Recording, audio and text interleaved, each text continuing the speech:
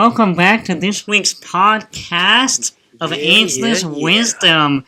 This is Joss, and we got... I am Leo, once again. And this is Kat, once again. And we are happy to be on week 2 of the Ageless Wisdom. Podcast. I'm going to open up with a current event news. Are y'all ready for this? No. Neither am I, because this is kind of sad.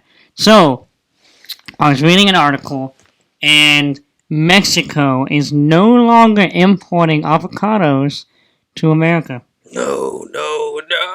Seriously, why? So, apparently, there have been an issue in, I believe, New Mexico farming land that one of the workers had gotten a threat, like a death threat or something, intimidating threat where it was an unsafe environment. I don't know. That's weird. Like, that's just weird. That's suspicious. So no more aguacates in Mexico. Nope. Now it's like avocados de California. And it's sad because I thought about, like, this is a great business opportunity. Yeah. We'll go grow avocados. Yeah, let's grow avocados. Right. But it takes 10 to 15 years to grow. You've got to be kidding me. Oh my goodness. So, No. guys, we're probably about to experience a shortage. No wonder the last time we went to a taco truck, they're like, oh, we don't got avocates. Like, yeah. Bro, it all They connects, didn't let me bro. have avocados. For real. Oh, it all connects. I just bought some the other day. No joke. I went and got a quesadilla with avocados, right? Yeah, it's called the gringa. Amazing. Or a pirata. Amazing. The next day I went, no avocados. Avocados. I said, no. Wow. No. That's sad. It is sad. That is It is sad. sad. That's It is sad What are we what going this to do without country is going avocado to. toast? the end of culture. And good The food. end of America. I just eat an avocado with a spoon. Like, I just put You a just- salt. You get an avocado and you kind of like dice it in the skin. You put Or little you get an Tony avocado Satcheries. and then you put like an egg on it. Ooh. What? Well, we can't talk about that anymore. Anyways, we can't have it anymore. this week we're going to actually dive into a deeper topic than avocados. Y'all may think that today's topic is avocados, but little do you know, we're going deeper into the skin. Ooh. That's a message. We are getting to the pit of the avocado. We are not only getting into the skin, Come but on, we're going somebody. deep on a topic today. Let's do it. And we are actually going to dive deeper into what we were talking about, what was it, last week? Yeah. Yesterday was like Sunday, so Yeah. not what we were talking about at church. So what we talked about last week on the podcast, we kind of touched on it, not in detail, just enough to interest you guys. But I want to kind of dive deeper into the question of what are young adults and teenagers, maybe even, younger kids or older adults, what is something you see in more detail that they're dealing with? Well, in the sense of, we talked about insecurities and the fear of missing out. How would y'all dive deeper with that thought? Yeah, I think something that I mentioned last time was that a lot of what we see nowadays is insecurity. And not only with young people, but also with people who are a little bit older. And I mean, when I say that, I mean like adults and up. And I think, a huge part of that is social media. And I think not only social media, but there's just a constant bombardment of people telling you what you should be doing, how you should be acting, how you should be looking, who you should be, what you should be doing. Everybody's telling you what to do. And, not only does that come from people, but it comes from online now. And, people have the Insta Snap and the TikToks and the Oh my goodness. Snapchats and, all that. I thought you were about to say Snappuccino. Snappuccino, is it a thing? Oh, that's a coffee. That sounds good. But yeah, honestly, and it's funny because I've even felt like, that's happened to me before, where I've had to turn off Instagram or turn off, Facebook, because you get sucked into this portal of like, well, everybody else is having a way cooler life than I am. Like, why is my my house not perfectly clean? Like, why are my clothes not perfectly trendy? You know, so it breeds a lot of insecurity. And so for young people who are already facing insecurity, you know, it's this even stronger push to, you know, well, honestly, to distract them. And honestly, I think it's a tool of the devil to distract people from who they really are in Christ and who God says we are. So, yeah, I mean, I think that's a huge part of the issues with society today. Yeah, I mean, I completely agree. And one of the things that I believe that is what, yeah, we target our, younger people, and um, but this is something we all deal with, and people of every age deal with this, and it's not knowing that we are living in a constant battle that has been going on, that has been raging since beginning of time. The battle between good and evil, the battle between God and evil, the battle for your soul is something that has been going on, and it's an every single day battle. And people are just unaware of it. They're unequipped. They are, I tell the kids, it's like you're going to battle in your underwear. No weapons, no armor, nothing. It's just you're jumping into battle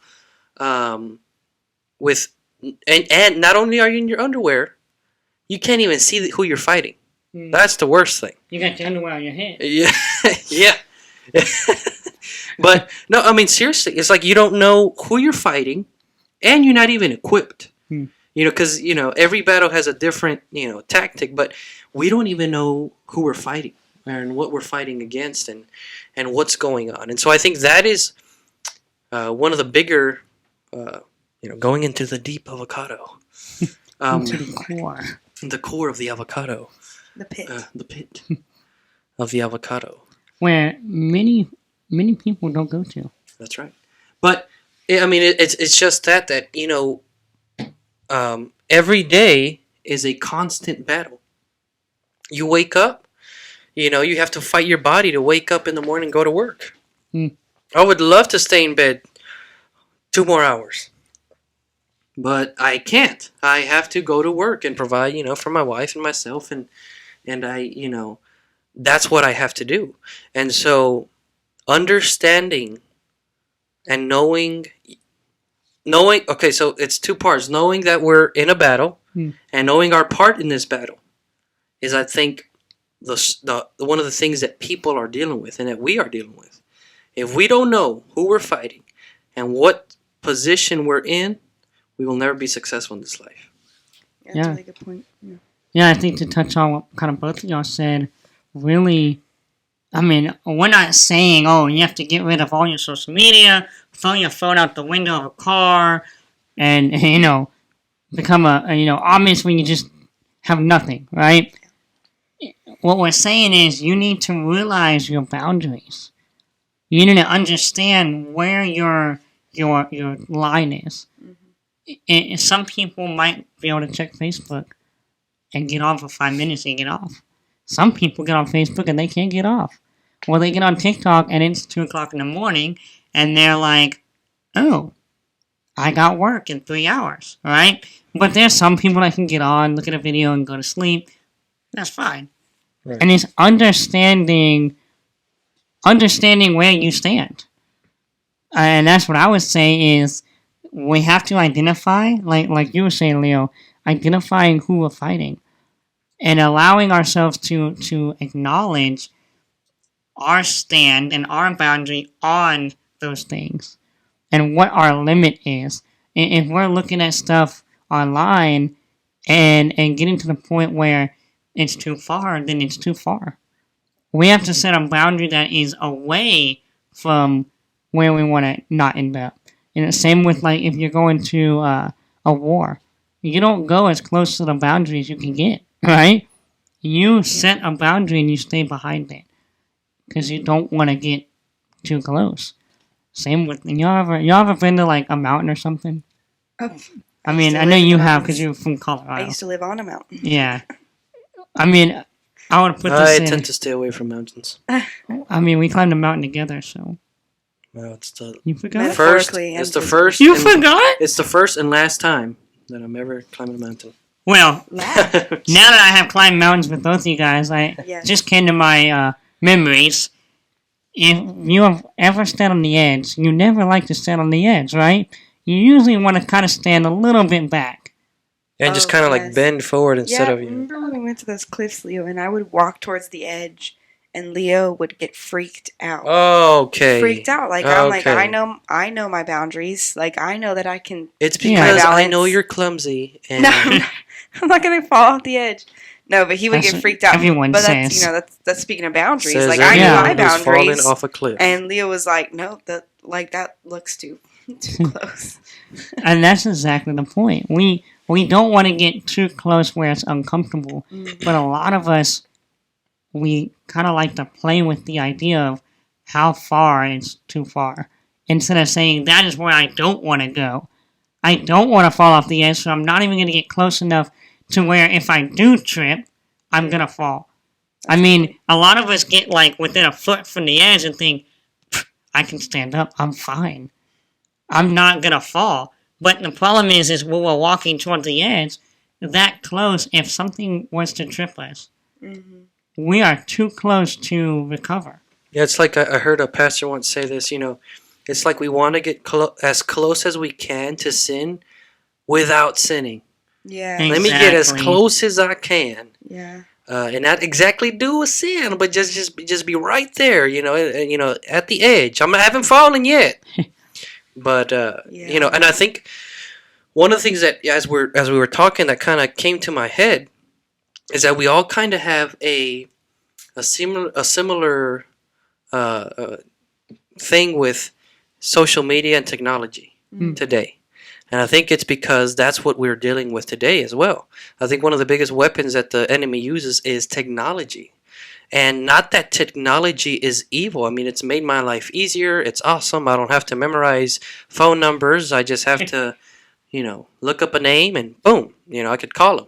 Or, save photos and all that. But it's the balance of such things that we need to have, but that comes with, that's not a human natural thing, right? Because we have the tendency of doing evil because of our sinful nature, and that, that's a whole nother podcast. But we have, the tendency to do evil and we don't have self-control. That's a fruit of the Spirit that comes from God. Yeah. And so, it's just how we, the things that we are constantly, entering our minds and entering our thoughts. And so that's the things that, it's a big thing. It's a big issue because everyone, even 5-year-olds have better phones than I do. And it's like, no, you're laughing, but it's serious. I've seen them. Hey, we have both in the past month had kids walk up to us with better phones than we do and said, look what phone I got. And the phone is so big that, they barely learned how to walk yesterday. do they even make And they're like copies wobbling, enough? but they're holding their phone. You know what I mean? Okay.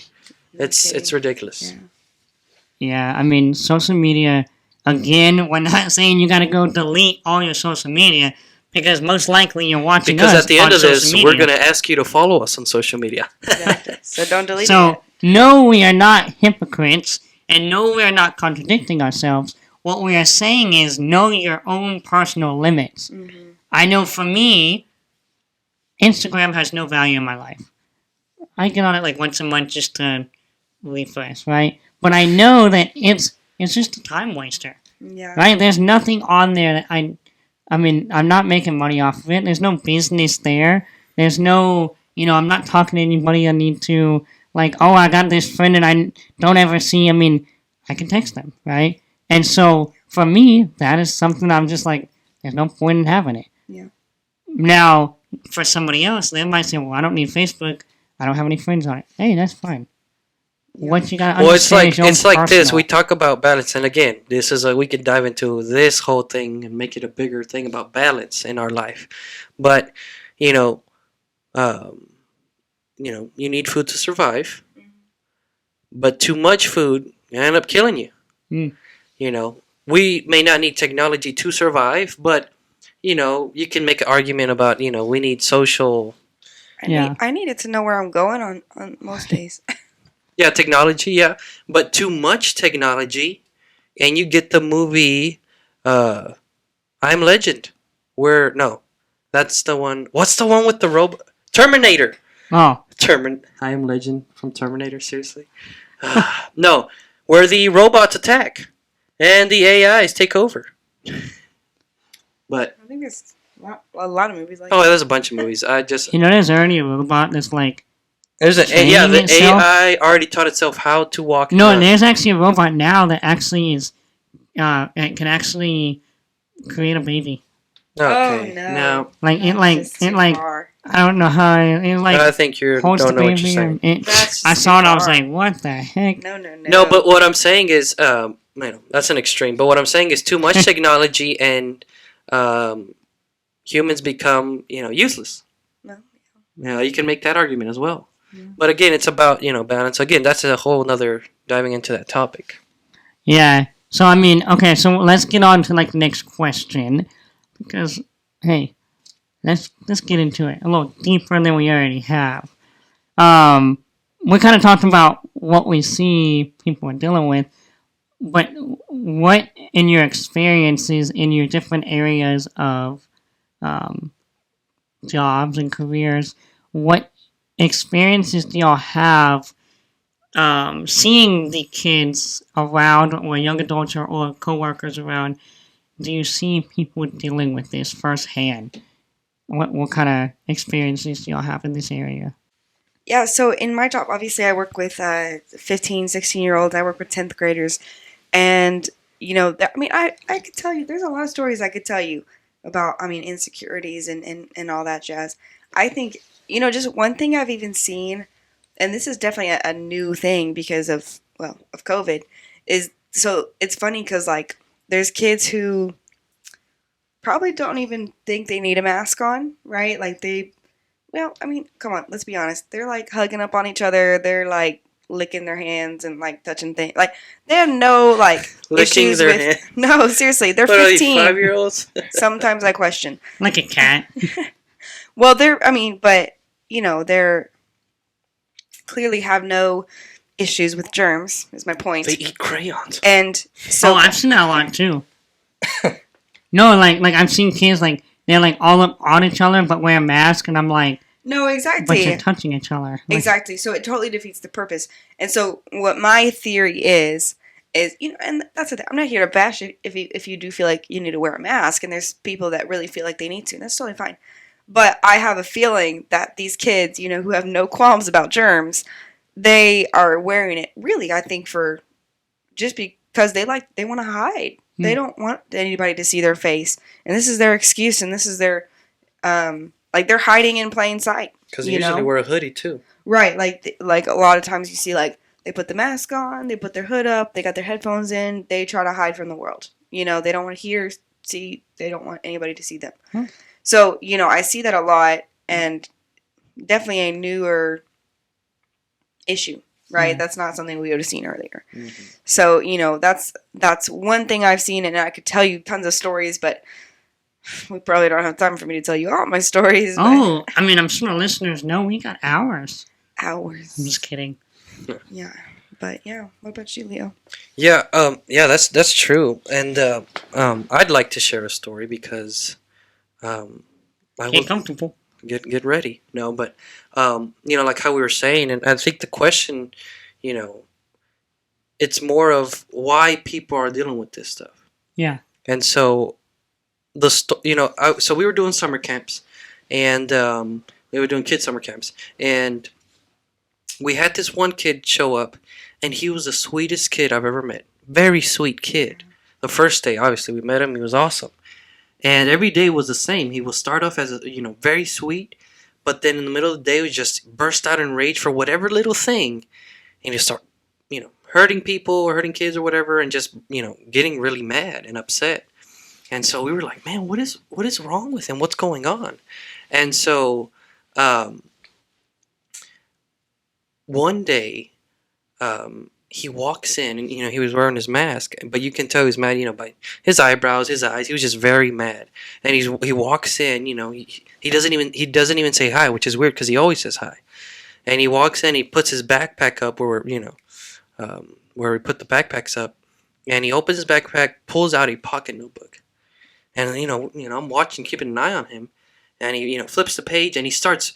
It looks like he's scribbling, and he's scribbling really fast, and so I was like, man, that's it's weird because he's mad and he's scribbling. I wonder what he's scribbling, and so I go out and I go over and check on him, and I kind of ask if I could see what he's drawing, and I mean I was stunned. It was I could tell you it was a demon.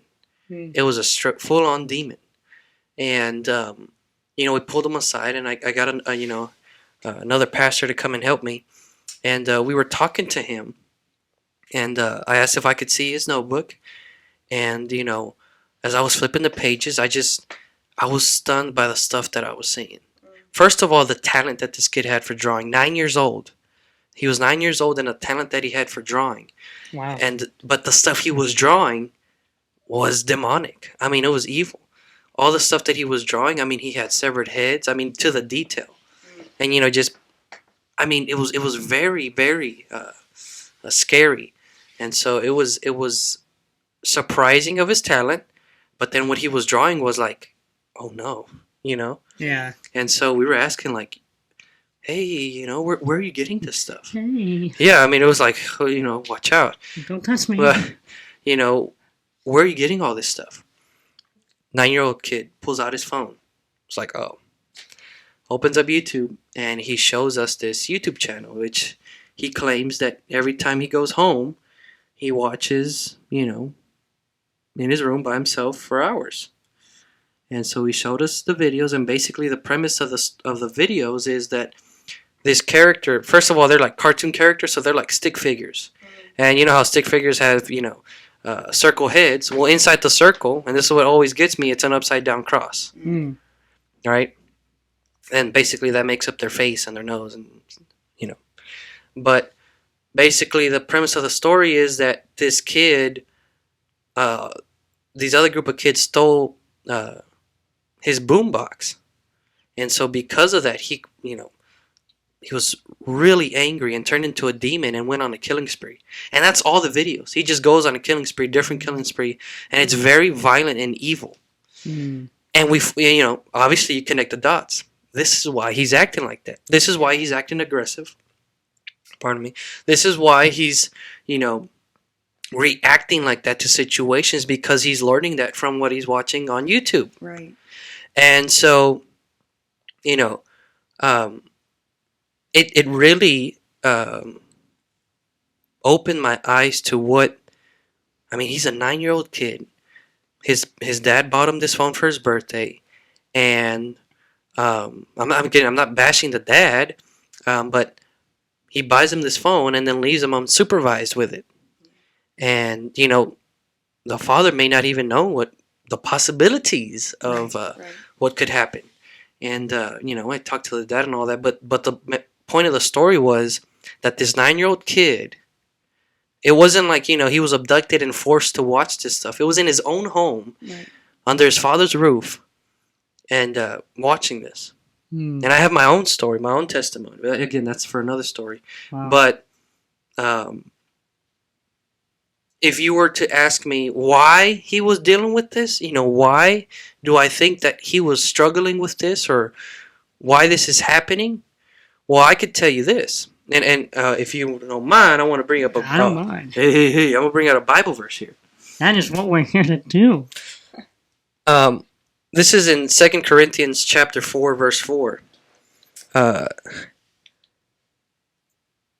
on. Sorry. Here we go. I'm looking for the right one. Are you checking Facebook? I am not checking Facebook. He's on Instagram. 2 Corinthians chapter 4, verse 4. Satan, who is the god of this world, has blinded the minds of those who don't believe. They are unable to see the glorious light of the good news. They don't understand this message about the glory of Christ, who is the exact likeness of God. And so I want to stop here just right at the beginning. Satan, who is the god of this world. And so the Bible makes this claim that Satan, the enemy of God, is the god of this world. Well, what does that mean? That there's two gods? No. What it's saying is that, we are not gods. We as humans are not gods, but we put ourselves in the place of gods at times. We serve ourselves. We serve to make ourselves happy, or we put money as our god and we worship money. We'll do anything to gain money, no matter who it hurts or if we get hurt, right? And we'll sacrifice our time even to gain as much money as we can. And it's not that money is God. It's just that we put it in the place of God. And so in this, in the world we're living in, right, the devil is the god of this world. And so if you think about that, just think logically about that, how many things do you think that he's put his hands in? Mm-hmm. He's put in hands in the songs you listen to. He's put his hands in the movies you watch. He's put his hands on the literature that you read. He's put his hands on so many much more things that I could go on and on and on. Yeah. And so, understanding that we're living in a world that not only is in battle, it is in a full-on war, but that the territory that we're in is run by the devil for this period of time. Because God is going to come back, as we know, again, that's a whole nother topic. But, Jesus is going to come back and he's going to take back his, his place. But this is why I believe that, in this case, that kid was dealing with that. Because the first part, and again, I'm not bashing the father in this story. I'm just, because I've been through it. We've all been through it. We sometimes are ignorant of the world we live in and what we're dealing against. And so in this case, the father had no idea of the world that he's living in. He had no idea that the devil was fighting for his child's mind and heart. And so he gives him this phone that, again, I'm not saying that phones are evil and they're going to destroy you, but they can. Yeah. And so in this case, it's, I pray to God that, that kid, has emptied his mind out of all that mess. Yeah. But one thing for sure is that if he does it, and he keeps, the father keeps allowing this, he's going to grow up and he's going to get more and more aggressive, more and more violent. And then when God forbid he ends up in jail, we're going to end up asking, well, what happened? No, don't ask what happened. You know what happens. Yeah. You knew what happened. And that's what I mean. We need to know. This is why people are dealing with all this stuff, because we don't understand the world we're living in and who we're fighting against. Yeah, I think I was going to go over that point too. Like when I was living in Waco, I had a pastor who, excuse me, frequently reminded us that there are 3 things, forgive me, 3 things that the Bible says not to be ignorant about. And one of them is, don't be ignorant about the devil's schemes. Mm-hmm. And what that means is do not turn your eye, do not be blind, do not be dumb about what the devil is doing to destroy you. Yeah. And what he is consistently doing to attack you and to attack your faith, to attack the light in this world, to attack God and his word. And it's very consistent. I mean, the devil, his character and his schemes are very consistent. So you can't be dumb about it. You got to be wise, and you got to be, paying attention. And so if you're gonna be, ignorant, you're gonna lose your kids to these things. You're gonna lose yourself to these things, and it's sad, but it's true. You can't turn a blind eye. And the devil will not come to you with with a pitchfork and horns, and and with red skin. It won't be obvious. He's gonna package it in a cool, nice, beautiful movie that sounds and feels good. It's going to look good. Yeah, and kind of to add to that point, I was actually talking with a close friend this week. We're talking about the idea of kind of studying who the devil is in the aspect of knowing what to fight. Yeah. Knowing who the devil is and understanding that he's not just this big mean guy that has horns, but understand that he is a beautiful, he's going to come in everything you want. Yeah. He's going to come as everything you've asked for, because he's coming to steal you. He wants to come as a beautiful, distraction. He's not coming as an obvious, ugly thing. And I think a lot of us miss that because of media and movies and Hollywood. We get the idea that the devil is this ugly snake that And obvious. you look at him and you're think like, he's obvious. ugh. But he's not. Yeah. And the devil is the guy that's smiling, and is trying to be a friend, but is secretly plotting against you. Yeah. And I would even argue as well that, whether you believe in God or not, one of the biggest enemies is yourself. Yeah. Fighting, we believe it's our own sinful nature that we have to fight, but, like I said, struggling to wake up in the morning, going to work, that work will never disappear. It'll always be there. Yeah. And so, yeah, I mean, me and my friend were talking about just like understanding that concept of the devil is out there, and he's out there in so many different ways as well. And so many things that we just as a culture has adapted to and thinks is just small little, it's just, it's just this, it's just harmless. But there's so many things, like you were saying, Hollywood and movies that they look sweet, but I mean, there's a lot more to it. Yeah. And I think another point to make is knowing who to fight, but also knowing what to bring to the fight. We cannot bring a knife to a gunfight. Yeah. But you also can't bring a gun to a nuclear war fight. So in a case of a gun war, you gotta bring a gun. But in a case of a knife fight, you bring a knife. And a lot of us, I feel that we get discouraged because we bring a knife to a gunfight, and in our heads we think, man, I've been fighting, I brought a weapon, I was all prepared, man, I was sweating and bloody and tired, I fought. But we fought in the wrong, we didn't bring the right tools. Yeah. And in the same way, we didn't know what we're fighting and what to bring in a fight. And to kind of add to that topic, I was going to say, one of those things, what is one of those ways that we can fight? How do we identify what to bring to what fight? Well, I mean, I think it goes back to, which you can never say this enough, but study the Bible. And, in order to not be ignorant of what the devil is doing, you got to study the Bible. And you got to see what his plan is. Because at the end of the day, his plan is to overturn everything that God has given us. So he'll start with the family. He will. Because one of the first things that God told us to do was be fruitful and multiply. Have a family. Take care of your family. He'll start with the family. He'll start with, look at the 10 Commandments. The devil's going to try to attack each and every single one of them in turn in your life. So study the Bible. Study what the Bible says you should do. And that's exactly what the devil is going to be attacking. And so, that's how you can watch out for it. That's how you can know what weapons to bring to it, is figure out, okay, well, what are the things that the devil's going to try to get me first? Like, what are the things that are easy for me to fall to? Because that's another thing. You got to know, like we said, your boundaries. Yeah. You got to know what cliff you're already on the edge of, and you got to back up. Yeah. So, it's really taking a lot of self-evaluation, going back to the Bible, study, just ask God, hey, where are my cliff's edge? I don't know a better metaphor, but where do I need to work on this? So that I can't be easily conquered, or that sort of thing. Yeah, that's good. What about you, Leo?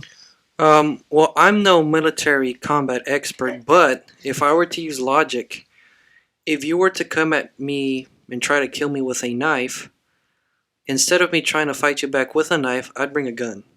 Yeah, come back stronger. So I'd bring something stronger than what you're trying to kill me with, right?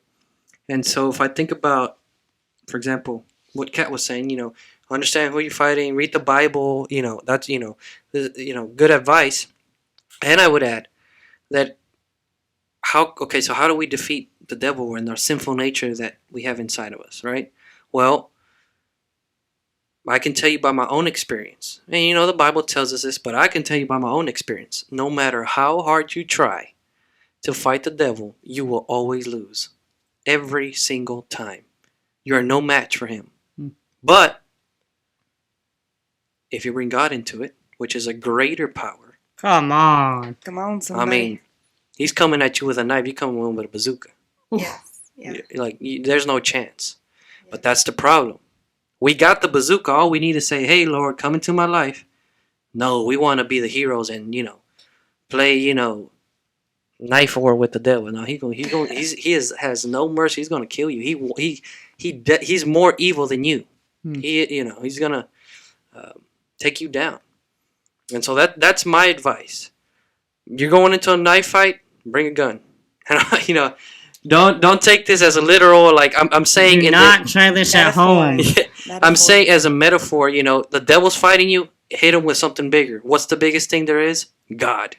And that's what I'm trying to say with that metaphor. Yes. Yeah, I would say the same thing. We have to know who we're fighting and what to fight with, and know our own personal boundaries and limitations, and ultimately give it to God. And that means giving it to God. But we gotta understand where we fall. If we don't understand where the cliff is, we keep falling, and we're blindfolded.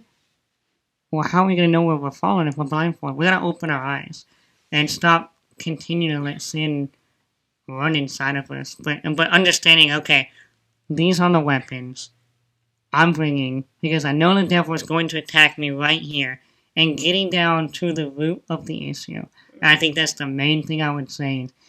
Don't just cut the tree, cut the roots, right? Come on, Webster Landscaping. I'm just speaking the truth. That is the told best you he was way. going to bring up a metaphor That is like the that. best way I can explain it. Don't just cut the tree, Ooh. cut the roots. Because the tree might be the problem, Yeah. but the roots will always come back. And it's getting down to the roots that will eliminate any future, any growth in the future. It might be, like I said, the avocado trees take 10 to 15 years. You might never see fruits of that tree in your lifetime, but it can come back in your kids. Ooh. It can come back in your grandkids, and that's why That's a whole you other don't want to message. just plant the seed and leave it because you don't see nothing. You want to cut the roots down at the base so that it won't come back on your kids, it won't come back on your grandkids, and it will not leave a evil legacy upon your life. Let's go. Yeah. Fight the devil with God. Cut the roots out. Say, devil, you have no place at all, exposing any kind of darkness. That's what I was saying, but just gotta end it, right? Because I think we pretty much just We could go off. boom. Yeah. I think one question, my last question for you guys, in about 30 seconds or so, your best, like this is your advice, to hit your main point, what would you say to attack the problem? Okay, here we go. 30 seconds. Timer starts now. And no. Okay, so know who you're fighting. Don't be ignorant. Okay, don't be ignorant of where the devil's attacking you, and take proactive steps. Proactive steps with God, studying His Word. Know exactly where the devil's going to come at you, and where you are going to be hit the hardest. Boom. I don't even think I could say anything else. But I'm not going to even say anything new. I'm just going to add on to what she said. Do it. In 10 seconds, though. 10. Ready? Okay, you Okay, got hold on. 10 No. seconds. Here you go. Okay, now. Timer Starting starts Now. now. Hosea chapter 4, verse 6. My people are destroyed by lack of knowledge. Look at him pulling up the Okay, Bible. anyways, thank you guys for watching. That was good. My people are destroyed by lack of That's knowledge. Knowledge of the enemy, knowledge of what kind of world we live in, knowledge of what position you're in. And again, should we talk about being proactive? In Spanish, the word for prayer is oración. The first part of that word is ora, which means pray. And the last part of that word, sion, the derivative of acción, which means action. So meaning, prayer has to be with action. Wow. Yes, bring God into the fight, but you gotta bend down on your knees and pray to the Lord. Ooh. Yeah. I just want to say you cheated because you had the Bible verse and a grammar lesson or a language lesson. So And you're the English teacher. And you're the Spanish teacher. So you went over time. So That was way over 10 seconds. I'm but sorry. it was worth it because that was a good point. that's true. I mean, prayer and action. Why didn't they just say prayer? Because it's an action. That's pretty cool. Ooh. Man, what do I even say after that? I'm just gonna say what he said. We're done. No, that is exactly right. Prayer is action, and we have to be proactive with that. I mean, even if we give the fight to God, we have to give it to God. That takes action. Mm-hmm. We have to say, God, you have this, and take the action every day to leave it in His hands, not to go running to. Well, I Letting wanna fix stuff it. go is also an action. Exactly. People think just because you said a prayer of God, take it, but then you're thinking about it 24/7. That's not giving it to God. Yeah. That's just putting it on God and putting a responsibility on God, but you're not actually giving it to God, right? Yep. Give the responsibility and the action to God. Don't just take the blame off yourself. Mm. I'm gonna just Let's add end this thing. a little time, right? I have seen people that say, "Oh, I give it to God," but they keep doing it. They keep trying to fight the fight, Yeah. but they use that to take the responsibility off themselves. Mm. Oh no, I give it to God. No, you said that, but then you kept doing something, right? Mm-hmm. Anyways, that's another topic. That's a whole other thing. In my 10 seconds or less, I would say know who you're fighting, know what to bring, and cut the roots down. Just get to the base of the problem and give it to God. Yeah. Wait, I think that's about wraps it up. That was We did good. That was a good Like, topic. Thank you share, guys. subscribe, Yes. comment with questions or prayer requests, Yeah, and we will do our best to answer those. Any topics that you want us to discuss, yeah. shoot And us a with comment. that being If you're said- listening on Spotify, download. It'll really help us out. Yes. See you next week. Thank you.